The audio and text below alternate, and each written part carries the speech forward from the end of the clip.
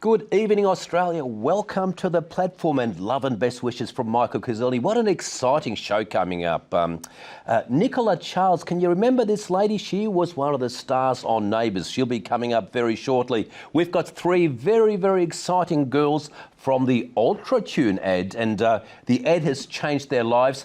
Tanya George is a spectacular musical performer. She's got one of the nicest voices I've ever heard. And of course, we've got the great man, Warwick Capper, and Rosie's got a very, very special guest for us tonight. But let's have a look at one of the best Neighbours stars, Nicola Charles.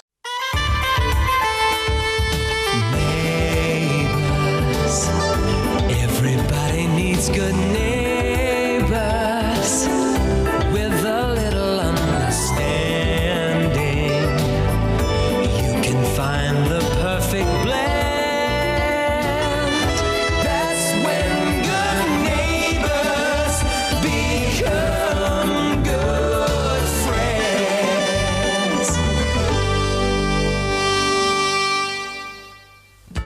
No family, no boyfriend.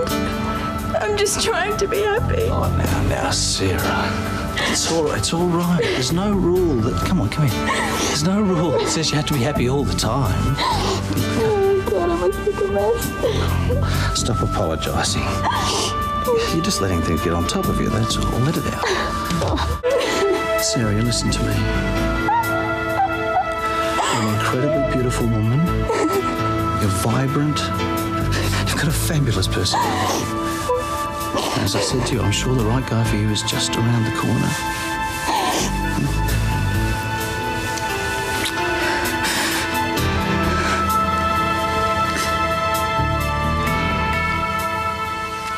Oh my God, Nicola Charles, how come you haven't aged? Oh, thank you.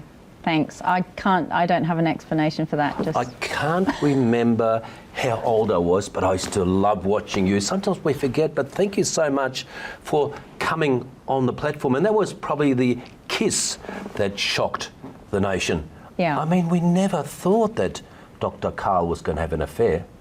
No, the plan was not for him to have an affair.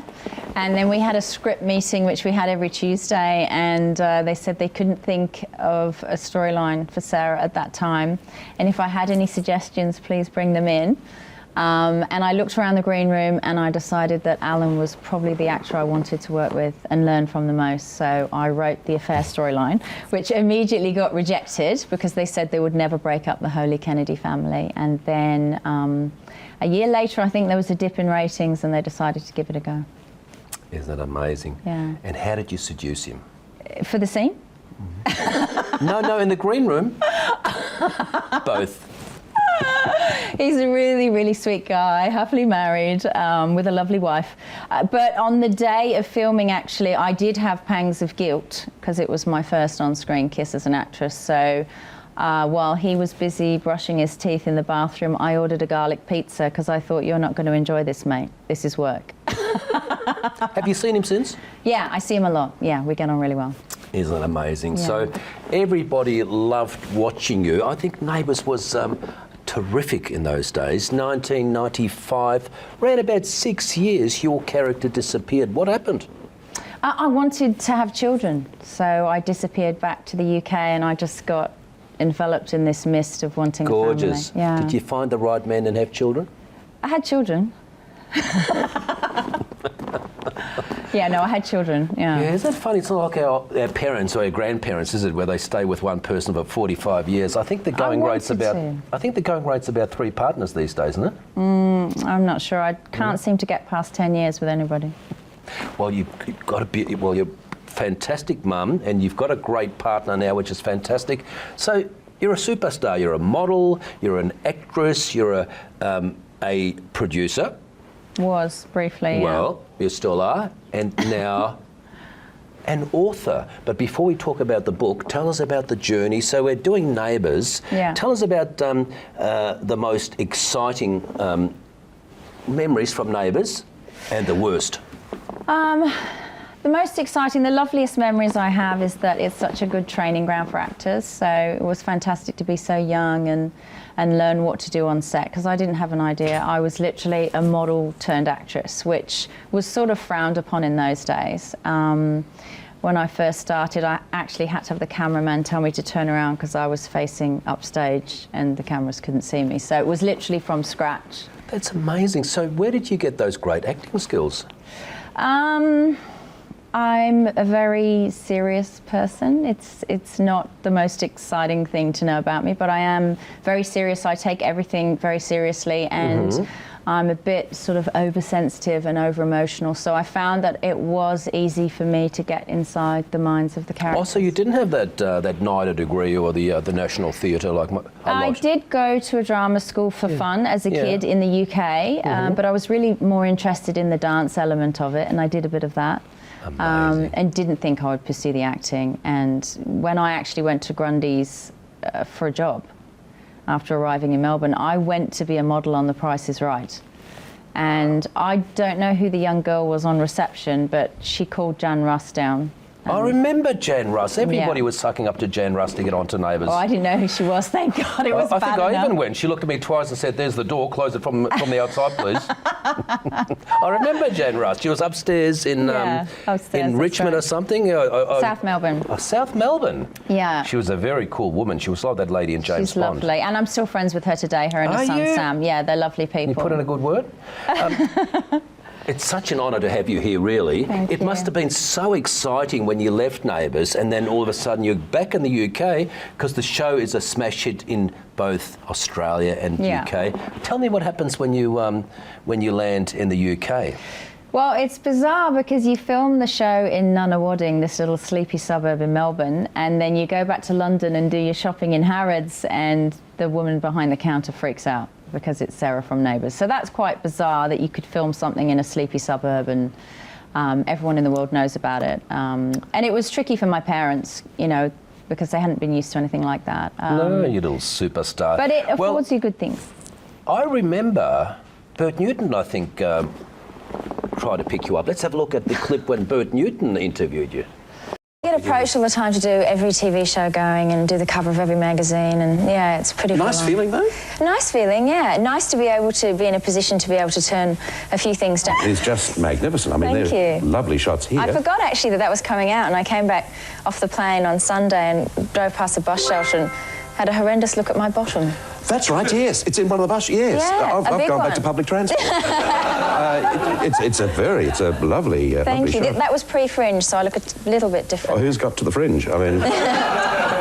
And there, look at that. Oh, I wish I'd come back as a chair. Right. And here?